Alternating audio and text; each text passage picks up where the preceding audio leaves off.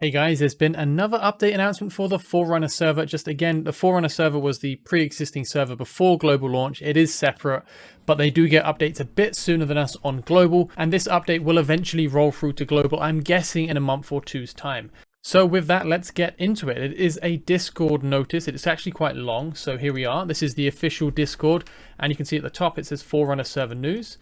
So let's start. We are excited to inform you about an upcoming new update planned on the 21st of September, so tomorrow as of the time of recording this.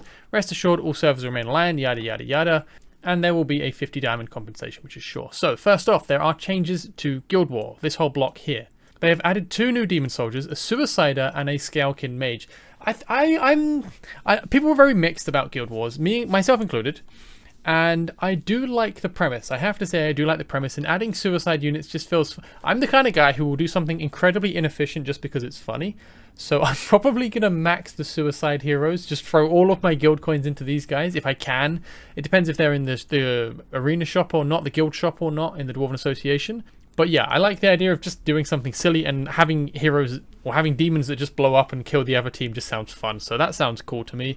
Scalekin mages are quite good as well in the campaign. So it's interesting. I think it's cool. I'm glad they're already adding more demon soldiers, and I hope that when Guild War gets added to the global server eventually, we don't know the date yet. Hopefully they include all of the new changes that they're working on now as well. There's no reason not to. Okay, so other than that, they've added a guild tag to the battle results interface. They've added access to the demon soldiers in the guild interface. So that's pretty good. I think you can't access it otherwise if you're not in a guild war. So that was kind of necessary in my opinion. For example, I can't actually see it on the test server at the moment. So that's a nice change. And then a bunch of optimizations.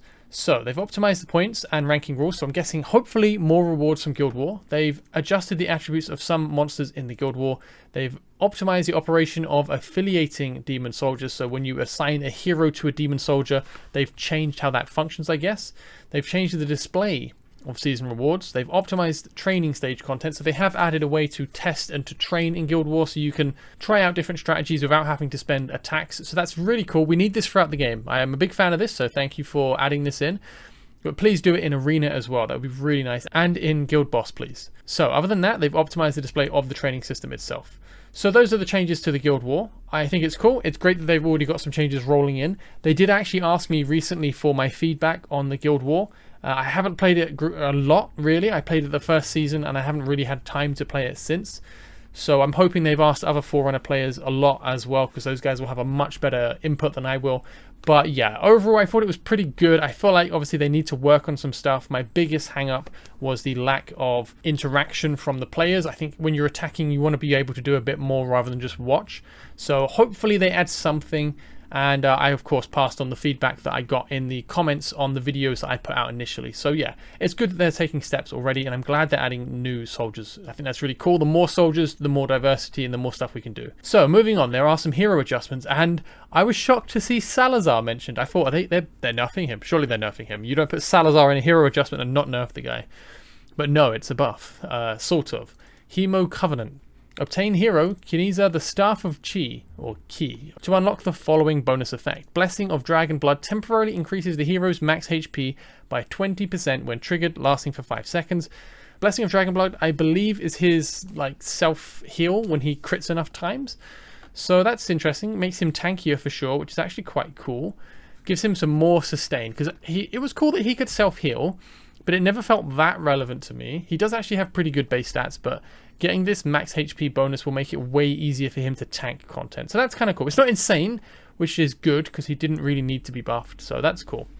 So other than that, they have buffed a mage, an epic mage called Nazeem. I actually really like Nazeem. I think Nazeem's great. And I don't say this because I don't want to encourage people to build him, because I don't even know where I'd use him. But I really like how he works. I think he has some pretty cool gimmicks into his mechanics. And he's actually... From my testing, I tested all the heroes that I could just before global release, so I could update my tier list. And he was actually the best healer in the game, despite being a single target damage mage.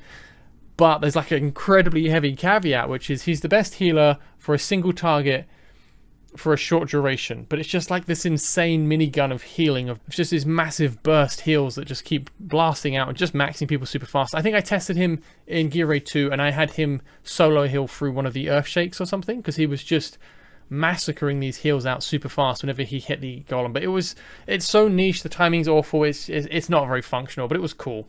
Okay, so what have they actually done to Nazeem to make him different? I've got him up, as you can see in the background, so I'm going to compare what we have now to what's being changed.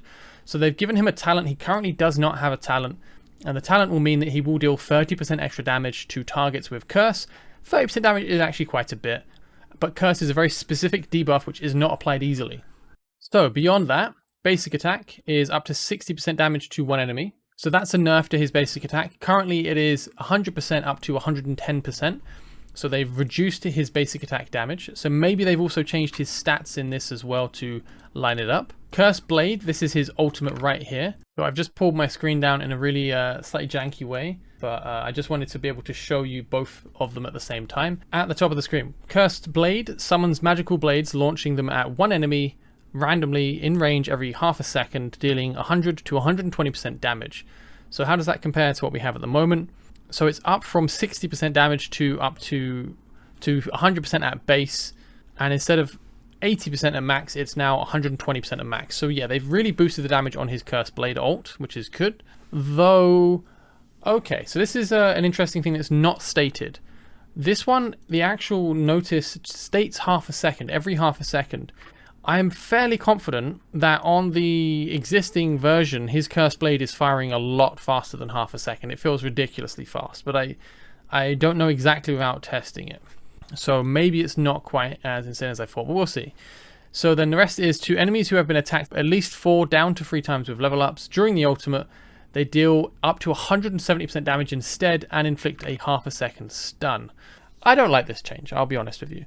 The reason is, this turns him into a damage dealer who can stun, but his stun is half a second, and that doesn't change with skill ups. As you can see, it just says half a second.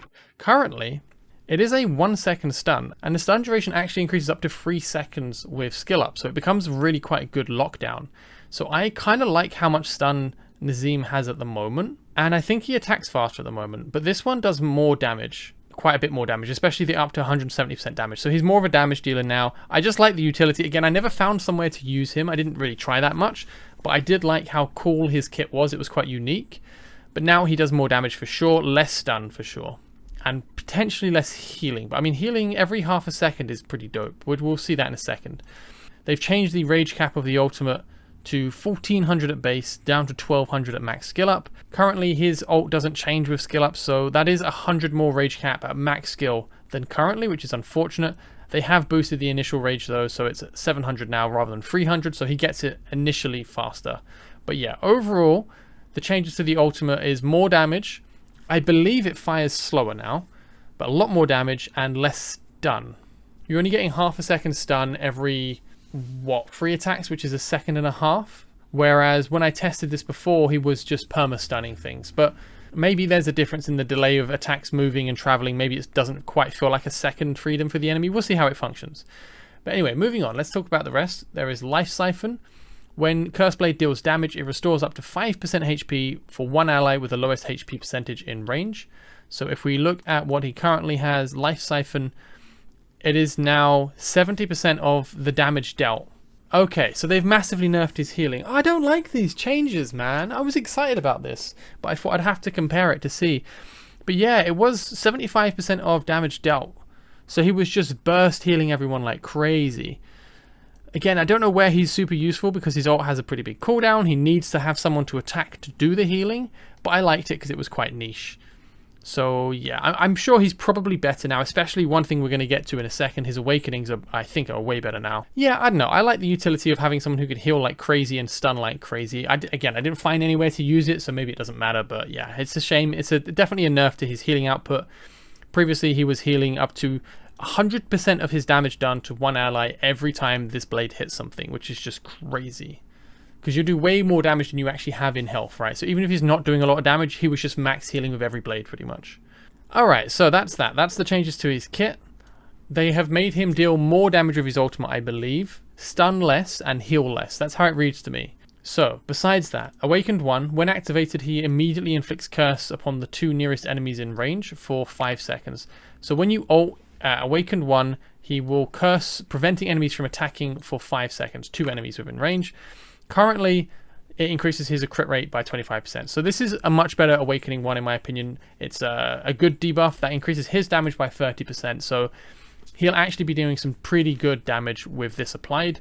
And Awakening 5 is a really, really big one. Damage of Cursed Blade ignores 25% of magic resistance. So he's going to just cut through resistance like butter. That's going to be very efficient. However, he is a single target hero. And at the moment, there isn't a lot of single target content where you need magic damage. It's not really usable in Gear Raid 3. Even with this 25% penetration, it's not going to overcome the massive resistance. You could use him in Guild Boss. He could be quite interesting in Guild Boss, actually. His Curse, I don't think that will actually do anything in Guild Boss, but it will give him the bonus damage, I'm guessing. He will be able to heal allies, which will be nice in Guild Boss. And he could probably do some pretty good damage. Having 25% magic resist penetration could make him do some pretty good damage in Guild Boss. I'm thinking more for mid-game players or early-game players who need some damage out, but you're not really going to have him Awaken 5. So maybe that's irrelevant. And another thing against him for Guild Boss is he is an esoteric character. He's not one of the main factions for Guild Boss. So yeah, I'm not sure exactly where you would use him in that way. But it's interesting. It's cool to see more mechanics coming in. He could be really good in Void Rift and stuff like that, as he does more damage now. So he would be viable as a damage dealer. But yeah, that's the changes for Nazeem. I'm not sure I like most of them, to be honest. I mean, Awaken 5 is really cool, but this is actually replacing a pretty strong Awakening already. So currently, if he stuns an enemy with his ult, he will stun 2 other enemies in range as well. So he could just permanently stun 3 enemies, basically, for 17 seconds. Because his ult lasted 17 seconds before. Now it lasts, I believe, 15 seconds. So yeah, they've reduced the duration on his ult. They've definitely, it seems like they've reduced the stun as well. And yeah, less healing, less stun, less splash stun, but just more damage. So personally, I'm not a fan of this change, I have to say. I'm glad they're paying attention to some of the older heroes, and I need a hands-on test to see how this actually functions. It may be a lot better than it sounds. He could just be a really good damage dealer now. Like maybe they change base stats or other things as well that I'm not considering. But at a glance, from just reading it, it does sound like he's not going to be fantastic. It does seem like you're only really going to get use out of him if he is Awakened 5, which I guess is kind of expected, right? If we're thinking further into the game. But otherwise, he should be a pretty good single target damage dealer with some good healing options. So yeah, those are the changes to Nazeem. I kind of put a bit of focus on it just because I found him a really interesting hero before. I just could never really find a place where I wanted to use him. But I liked the healing. I think it was pretty cool. But yeah, I don't think it's going to be particularly good, unfortunately. But I am very curious to see how it comes, and I think it is definitely worth testing. Alright, I've pulled the patch notes back up, so let's get through the rest of them. I'll leave Nazeem alone for the moment. We'll have to play test this and see. He could be a really good damage dealer now, but I do think he's more of a damage dealer than he was before, which was like some kind of utility stun support healer sort of thing. Anyway, others, new. Daily quests now include a shard of 4-star psychic power times 2, and weekly quest rewards now include a 5-star psychic power times 4. Wait, what? You can get 5-star psychic powers times 4 from weekly quests. But yeah, we'll see how that functions. They've added a new achievement, Dragon Slayer 4, collecting 50,000 dragon blood from the guild boss of Nightmare 4 mode in one go. So a single attack, 50k blood. You complete an achievement and you gain the Demon Captain More. So just so you know, in Guild War you have a bunch of demon soldiers you can use. And currently the strongest one in the game is the Demon Captain More. So they've actually given us a very strong incentive to get 50k blood now. It's not just a whale competition. This is actually a very useful thing to get for Guild Boss. So that's cool. It gives us an actual reason to really push Guild Boss beyond 20k. Because for most people, even after this change, it doesn't change the fact that 50k is incredibly hard to get as a free-to-play or even light-spending player. It's going to be really hard to get to 50k blood. But, you know, it's cool to have some objectives for the future, stuff to aim towards, rather than just bragging rights. So I'm fond of this. I think this is a good change. It's cool to have more incentive to push. They've also added promotion animations for Twin Fiend and Solkadens. If you're not familiar with the name Solkadens, it's because he is the second legendary lord for the Infernal faction, second to Twin Fiend. So these are both legendary lords for the Infernal faction. And finally, some optimizations. They've adjusted the arena point deduction system. Blah, blah, blah, blah. You can see it there. They've permanently increased the max stamina limit. Max stamina for a level 1 commander has been increased by 10. So the new upper limit is 280. I wish they changed the huge stamina potions and the diamond refills to actually match with your max stamina. Or have a minimum limit of 200 and then max your stamina after 200 or something. Just because, you know, this doesn't mean a great deal by itself. We need We need more stamina generation. We don't need higher stamina limits. We need more stamina generation. So to me, this doesn't really mean anything at all. Okay, so moving on. They've optimized the campaign stages of Hard and Nightmare Chapter 2, and they've added some new monsters. So maybe these new monsters will eventually work their way into the Guild War as well, so that's cool. Optimize the rule for guild leadership transfer. If you are inactive, so if you're offline for 7 days as a guild leader, the leadership will automatically transfer to another member, because currently it's 14 days. So they're moving it from 14 days to 7 days of inactivity. They've optimized the auto-enhance feature for a smoother experience. So a bunch of players, myself included, have pushed feedback that we really don't like the gear upgrade system. I'm assuming that's what this is referring to when you say upgrade to 12 or 16 and then it rolls and fails and rolls and fails. So they did respond to this in one of the Discord dev Q&As, and they said, yeah, we're going to do that. We're going to make it roll faster or something. If any devs are listening, please, I beg you, we don't want it to roll faster. We just don't want it to roll at all. Please just remove the rolling system. It adds absolutely nothing to the game. Make it cost a fixed amount when you select how far you want to take it. Make it cost 700,000 gold to take it to 16. Make it cost 800,000. Like, it's fine, but at least we don't have to waste half an hour rolling up a single piece of gear. So the players' irks, I don't think are going to be solved by this. Yes, it will be a bit nicer, but really, what is being gained? If the gear upgrade cost has an average amount of gold, which it will do, then just make that the cost and give us a fixed instant upgrade. The players will love it. It will be such a big quality of life win, and it will be super easy to do. So please just remove the gear rolling enhanced thing. Just make it instant. Set a fixed gold amount, even make it reasonably high. And it's just going to be worth it to save us so much time. Because at the moment, it's really brutal on how much time it takes to roll up gear. And I know it's really off-putting to a lot of players. So while I do appreciate that you have listened to the players' feedback and you are making changes to smooth this out, please consider just removing the rolling system and just give us a fixed upgrade, because it really is required. It really would help a lot. So my begging aside, they have optimized the display of shards by adding a corner mark. I think shards are this new system for fusing stuff using shards. So maybe that's what this system was, the daily quest and the weekly quest, because it said shard here. And 5-star psychic power times 4. So I think this is a shard, 4 shards for a 5-star psychic power. Is that what they mean? That would be really weird. And they've optimized the music and sound effects of the hero showcase interface. Okay, that's that. That's the update notice. That's everything that they've shown us. I've kind of waffled in massive detail about everything already. So just a very quick overview. There are some Guild War changes, nothing drastic, just optimizing some values, tweaking some things, adding new demons, all good stuff. They've added a new hero, Keniza the Staff of Ki, and this has a joint bonus with Salazar. They've made some big changes to Nazeem. I don't know if I like them. I do think he needed some changes.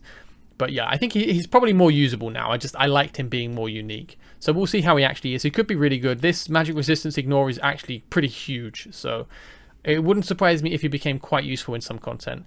And other than that, just some changes, a reward for getting 50k blood in Guild Boss, and then some optimizations elsewhere. So that's it for the video. I hope it was interesting to you. And yeah, thank you guys very much for watching. Have a great day. Take care, and bye-bye.